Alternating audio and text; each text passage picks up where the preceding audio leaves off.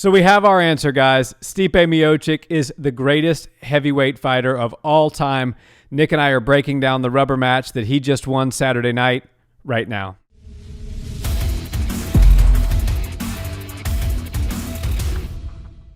What's up, Barnhill family? Welcome back to the channel. So we have our answer. Stipe Miocic, guys.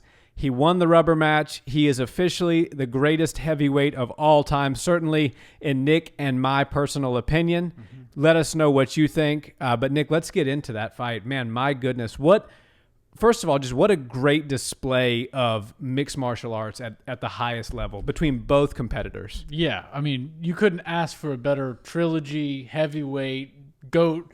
You know, all the things that made this fight so special, you couldn't have asked for a better performance from either guy. You really couldn't have. And, you know, even though DC didn't quite do enough to get his hand raised, he certainly looked like, as Chael Sonnen said, the silver medalist. You know, it was literally a competition between gold and silver, and, you know, the greatest heavyweight of all time and quite possibly the second greatest heavyweight of all time. And Stipe proved that he was just a little bit better. But that is not to say that Daniel didn't have some incredible moments in the fight. Yeah, I mean, it's nothing Daniel should hang his head about. He is a natural light heavyweight, in my opinion. He's built for light heavyweight. If he was super strict with his diet and genetics and all of that type of stuff, he could probably go down to 185. But to be a natural light heavyweight body and be considered, in my opinion, the second greatest heavyweight in UFC's history is a hell of an accomplishment, and it's something he should be very proud of. Yeah, and you know, Daniel is always his own toughest critic, and I'm sure he'll look back at this fight and see different things that he probably should have or could have done. But the story really is, how good is Stipe Miocic? Because Daniel said, I'm going to implement my wrestling in this fight. Well, you can't just impose your will on Stipe. And I do want to point out that Daniel attempted 6 takedowns, and he didn't get any of them. If he got one, Stipe just immediately kind of scrambled back up. Yeah, he got the one in the first round. Yeah, but it was like kind of, it wasn't anything he was able to capitalize on as far as being effective once you got the takedown. And Stipe then stuffed all of the rest of them. He went back to the body with those clean body shots. He did a very good job at being aware of the range and the distance. And even though he got hit with that same shot that knocked him out in the first fight, I think he was more aware of it. You know, and they always say the shot that knocks you out is the one you don't see coming. DC hit him with the same shot, but this time Stipe knew it was coming. Yeah. He created distance quicker. He was a little bit more engaging from the clinch, like dirty boxing position. What do you think really was the difference and adjustment that he made that made him dominate this fight in such a way that he didn't in the first and second? It's hard to say. I mean, he clearly came in very well prepared. So did DC. DC, I mean, fought a great fight. Yeah. This was competitive all the way to the very end. And I know on the scorecard, a lot of people had it 4-1 for Stipe or 3-2. Nobody really thought DC won the fight, but he was in it till the very end. And I mean, when you saw him, the third round looked a little weird. The fourth round, he looked back to his normal self, looked like round one kind of. And I think Stipe made really good adjustments, just like people thought he might with the trilogy happening. But, you know, in hindsight, we always realize things. And after you saw the first fight and the second fight, and there were finishes in both for either guy, now they know so much about each other. Right. And it's like one of those things where, how did we not see that this was going to go to decision? Because they're just... like, you know, people always call it chess, high-level chess and stuff like that. And that's exactly what it was. Stipe, you know, he was the better man. And, you know, I just think he came in with a game plan, stuck to it, and was able to execute. Yeah, I agree 100%. And like you said, Stipe's focus for the last almost 3 years has been fighting DC. Yeah. Like, he literally can now close that chapter in his life and move on. But to your point, when you fight somebody that many times and you train for somebody that many times and that person is on your mind for such a long period of time, you dissect every little aspect of their game, which is why you see a lot of rubber matches between two super highly skilled, super evenly matched fighters go to a close decision. I personally did not think that the fight was 4 rounds to 1 for Stipe. I thought it was 3-2 for Stipe. Either way, there's an argument to be made for 4-1. However, I do think Daniel was saved by the bell. And was it the second or third there? Second, where he was knocked down, and then he kind of came back and took the third round off to try to regain his composure. It was almost like reminiscent of how Stipe finished him in the fourth round, the second fight, which was like up against the cage, a couple of clean shots that were set up by good body shots, and Daniel just kind of starts to slump against the cage, and Stipe starts to work. But Daniel, man, I tell you what, something I noticed when he went to his corner, I'm not sure that he even knew that he was knocked down. I think he was kind of out of it still, but how good is he instinctually just to grab Stipe and wrap him up and keep him close and just ride the round out. Yeah. And props to, was it Mark Goddard? Props to Mark Goddard for not stopping it. He knew there was 3 seconds left and DC was holding on, and it would have been a shame if he would have stopped it right then after seeing what DC did in the later rounds. But absolutely. I think it would have, had it been another 5-10 seconds, we would have seen a clean stoppage. But it was what great cage awareness, time awareness by DC to just potentially have, I don't know, I guess we'll never know whether he was actually rendered unconscious or whether he just had his bell severely rung, but he was certainly out of sorts, and he still maintained the composure to wrap up and do what he needed to do to give himself another fighting chance. But man, it's one point that I think people aren't making enough is how good is Stipe Miocic's chin? He was, I mean, Daniel, when he did land in all of these fights, he landed with some hard shots, especially last night. Some of those you saw him and they wobbled Stipe a couple times, and you're like, oh my God, he's how many more of these can he take? Don't forget, he also went and took Francis Ngannou's best shots. Right. It's like, what is this guy's chin made of granite? Because that's a great point. Nobody's making that point, and it's like, Stipe needs some credit for his chin because, I mean, I know he's got a big head, but, like, he can take some shots. And that's one of the points that, when if we talk about who's next for him, obviously he's already beaten Ngannou, and Ngannou's improved, but he's got his number. Ngannou's going to remember how he was dominated. And then Jon Jones, Jon Jones is a good striker, but he's not as powerful as some of the guys that Stipe has fought in his past, and he's more technical, and he'll throw more volume at Stipe. But if he can take the best shots that Cormier was throwing at him and the best shots that Ngannou's throwing at him, the heavy hands, then who can knock Stipe out? I think that's a very fair question, and I'm not sure that anybody can because, as DC you said, did, but exactly. But then this showed how good Stipe is when he literally got hit with that exact same shot that knocked him out the first time, multiple times, again and again and again. He just knew it was coming. He embraced it. He kind of went with it, as opposed to the first time where it just caught him completely blinded. I think that was really just Stipe said, this is a lottery ticket winning shot. This is a 1 in a million shot. You will not knock me out with that shot again, and that proved to be true. And I think you're right about, you can deal with a shot if you know it's coming a little better than if you don't. But Daniel Cormier could tell pretty much anybody on the planet exactly when and where he's going to hit them in the face, and they're not going to be able to take it. So that's why I give so much credit to Stipe's chin, because even though he knew some of those were coming, he was able to take them. And, I mean, knowing about them or not knowing about them, if you eat enough of those, you're going to go down. He ate a ton of them and was able to roll with it. Yeah, he's so clearly the most complete mixed martial artist the heavyweight division has ever seen. I mean, DC is probably the best wrestler in the heavyweight division of all time, and he stuffed the vast majority of DC's takedown attempts. DC is one of the heaviest handed fighters of all time in the heavyweight division. He, aside from the first fight, took DC's best shots and kept moving forward. His boxing, he's a Golden Gloves boxer. I'm very interested to see who they pick for him to fight next. I don't know. Obviously, Francis Ngannou has done what he needed to do to climb back up the ranks and is very deserving of a title shot at this point. However, that fight was very one-sided. And Stipe doesn't look like he's gotten worse since that fight. So how does Francis convince the public and the viewers that he's got what it takes this time to invoke a different outcome? And then you have, obviously, Jon Jones. I said it last night to our brother-in-law, JD, that Jon is going to rear his head before the end of the night, and it wasn't literally 30 seconds after the knockout or after the finish or decision win by Stipe, that Jon said he will soon be the baddest man on the planet and greatest heavyweight of all time. So In your opinion, would you like to see Stipe step in there against Jon Jones next or Francis Ngannou? Even though we've seen it before, I think Francis Ngannou is the absolute right answer. He's done all the hard work. He's gone and through the heavyweight division and cleared it out pretty much. And he deserves a shot. You know, Jon, in my opinion, has some work to do at light heavyweight. And yeah, it would be really cool. It'd be a big fight if we could see that. But, you know, we can never really trust what Jon is saying because he's out. I'm not going to fight for 2 years until they pay me what I want. And I'm only coming up for heavyweight to beat Francis, but I want to beat him and I want to get paid all this money.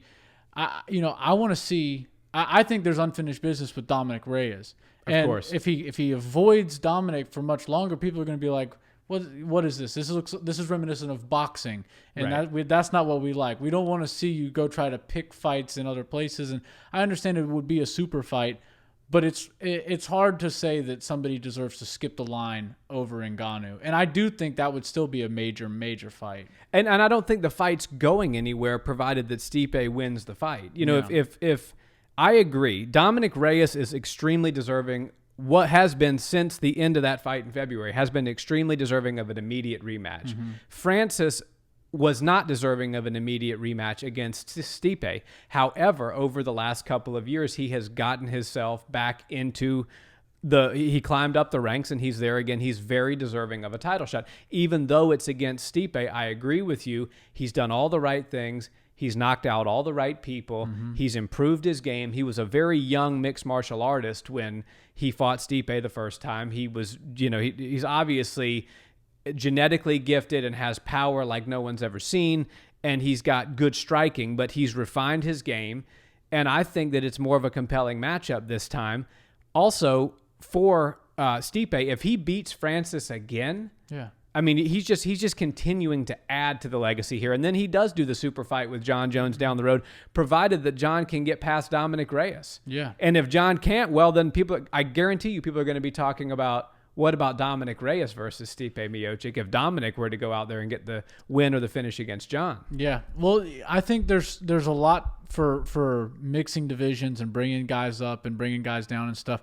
But, usually the heavyweight division is one of those ones where there's a bunch of old guys and they're all kind of still in the mix, but there's one clear-cut winner. Right now, we've got a lot of contenders. Yeah. And that's what I like. Curtis Blades, on any given night, Curtis Blades, Derek Lewis, Francis Ngannou deserve a shot at that title. And I'll even throw Rosenstrike in the mix. Rosenstrike's right back in the mix now after that win that against JDS, former champion. Yeah, and JDS is on everybody's top 5 best UFC heavyweight of all time. No question. List.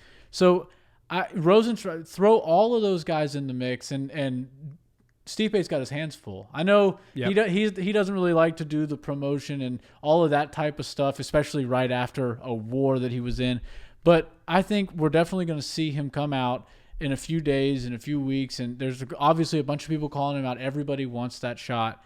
Which why is everybody calling out Stipe? Right, yeah. Look at what he just did to one of the greatest mixed martial artists of all time, and then look at his record in the past. And I don't know, people are gunning for it because they want to be known as the baddest man on the planet, but you're not just going to waltz in there and take a title. And if you do, your name's in the contention for baddest man on the planet. Right. Or you would be the baddest man on the planet, maybe. Depending on what you do thereafter, the baddest man of all time. Let's talk about DC for a moment. DC said in his post-fight interview with Joe Rogan that this will be it for him. He's done. Yeah. I take him at his word. I do believe we have seen the last of DC in the octagon. And I wouldn't have said that if he won. But DC said something very interesting to Joe. And he said, I'm in this. I'm only excited about title fights, and I don't think that I will ever get another title fight again, so that's going to be it for me. Yeah. And I think he's absolutely right about that. There is no compelling argument that you could make to put him back in there with Stipe, especially given all the up-and-comers that you just mentioned, number one. Number two, what's he going to do, go back down to light heavyweight and try to fight Jon Jones again? Mm-hmm. Well, Dominic Reyes is waiting in the wings there.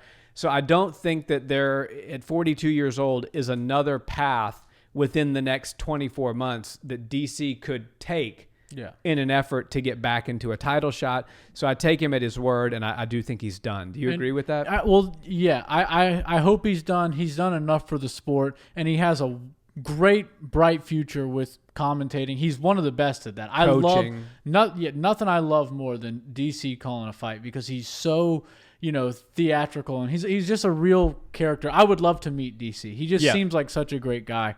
But given, the circumstances, let's just say hypothetically that he didn't retire last night. He was never talking about retirement. I still think he beats Rosenstrike. I think he beats Derek Lewis. I think he beats everybody not named I'd even Stipe. say Francis. I think he could beat Francis. And Francis. And JDS, I think he beats all of those guys. But, you want to go get back in line and do that? That's some heavy lifting. I think he gets it done, but he's going to have to just keep grinding and keep grinding. And he's 42. He's about to have his third child in a couple of months. And, he's done enough for the sport. Imagine grinding for 10 years in MMA.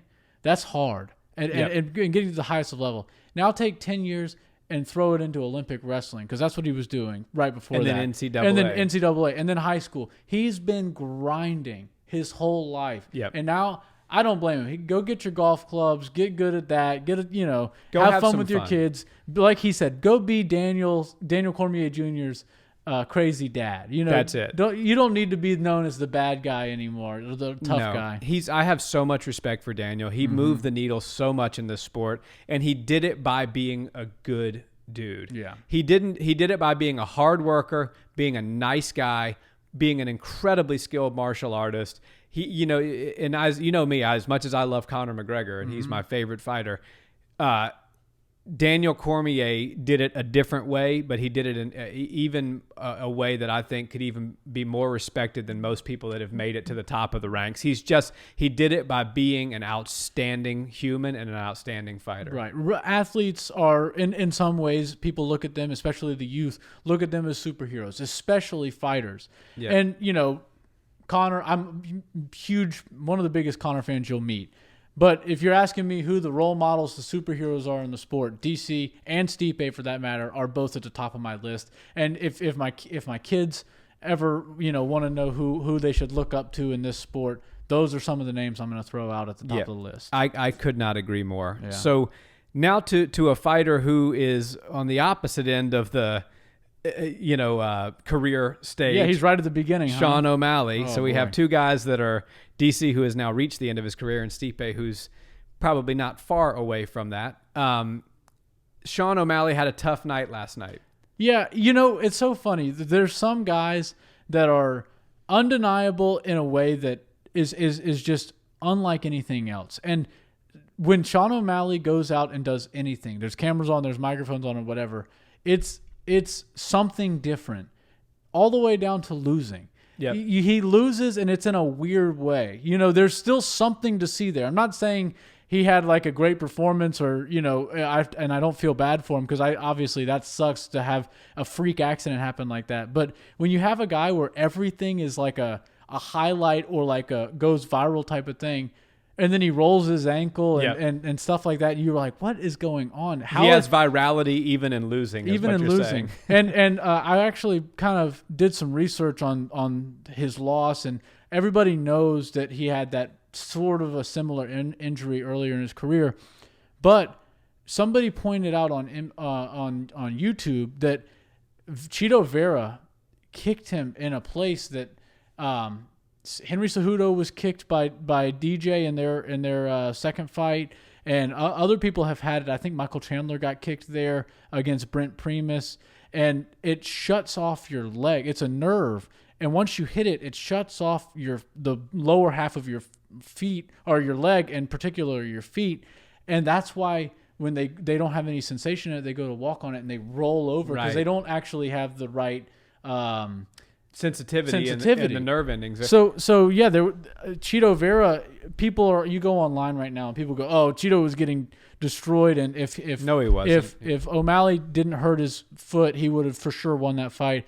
Well, how about you slow the roll? Let's see what happened, because if you go back and watch the fight, the reason he rolled his ankle is because of a great kick that Chito Vera landed. Right. So Chito deserves all the praise in the world, and I think we have, obviously I don't think he's at the same level as Sean O'Malley stardom-wise, and maybe doesn't have the potential to be the same star, But you have a fun fighter and a new prospect, or not a prospect, a new contender in the bantamweight Absolutely. division. Chito Vera, I think he's got all the recipes to be a star. Yeah. He talks about the immigrant mentality.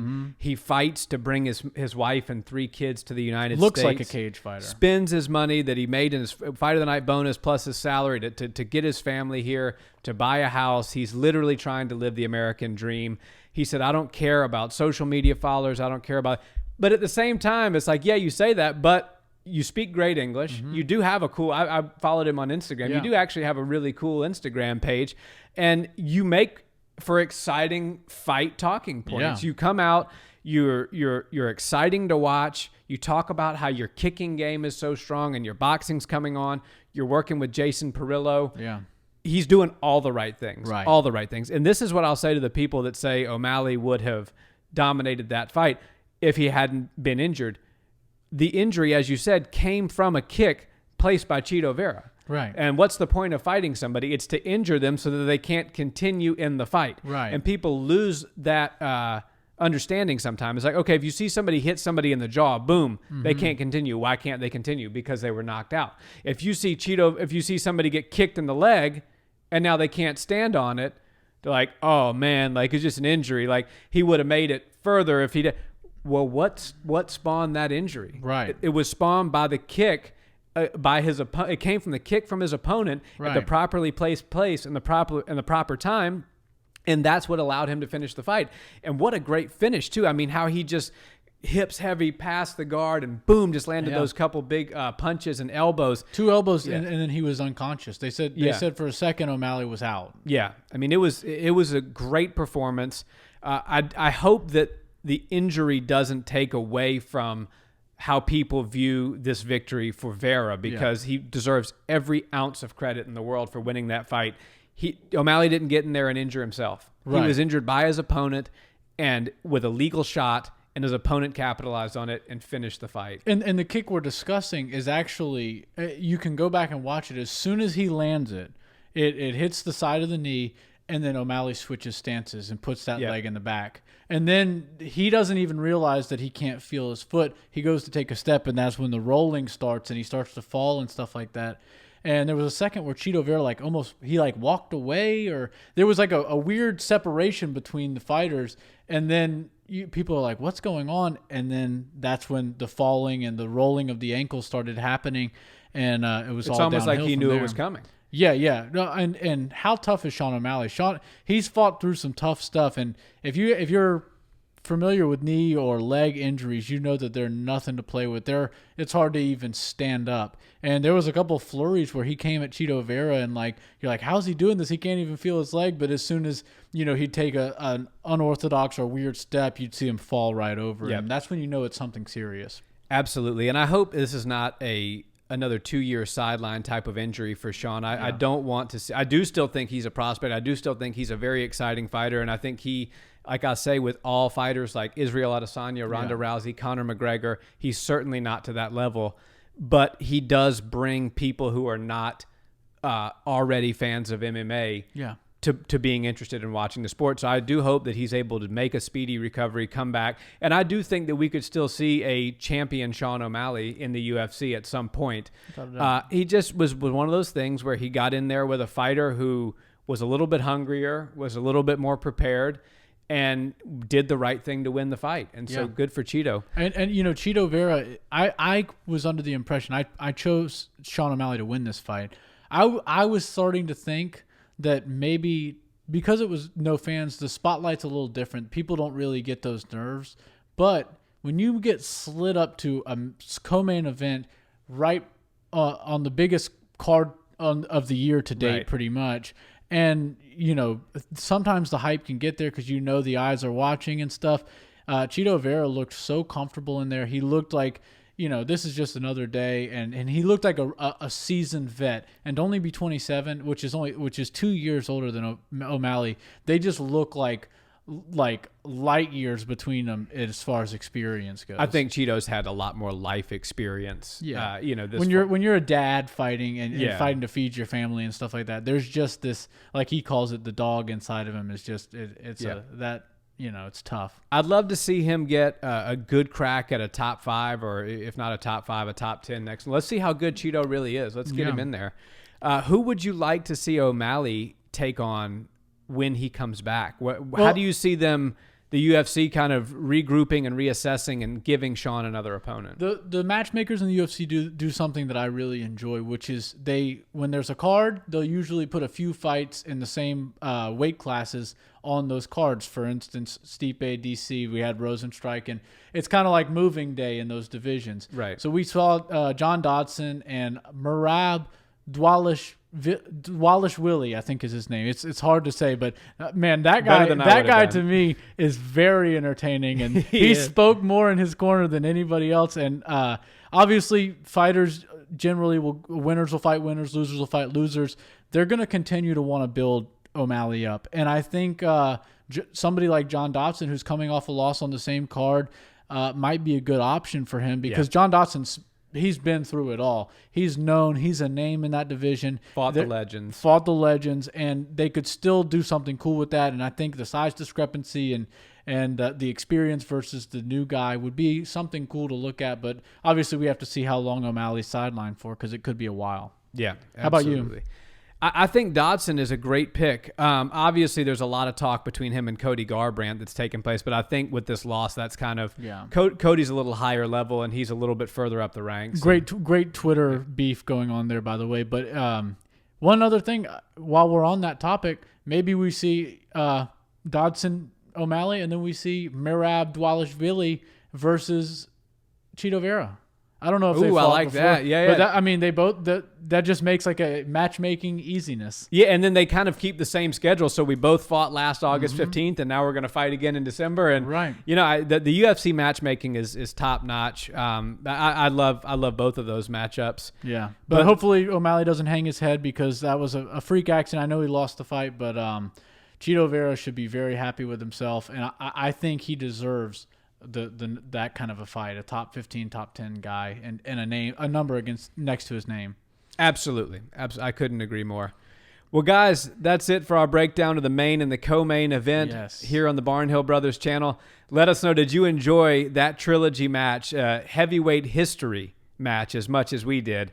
And let us know, who do you want to see Stipe up against next? Is it Ngannou or is it Jones? We want to see. Let us know in the comments, because I'm actually very interested to see the temperature on the Ngannou rematch, as well as the Jon Jones moving up to heavyweight and taking on Stipe fight. Absolutely. And as always, guys, we're available on podcasts, Apple Podcasts, Spotify, Podbean, to listen to the audio version of this. If you're watching the video version, please give us a like, comment, and subscribe. We much appreciate it. We're going to be putting out content consistently weekly for you guys, and we hope you have a great day and enjoyed the fights as much as we did.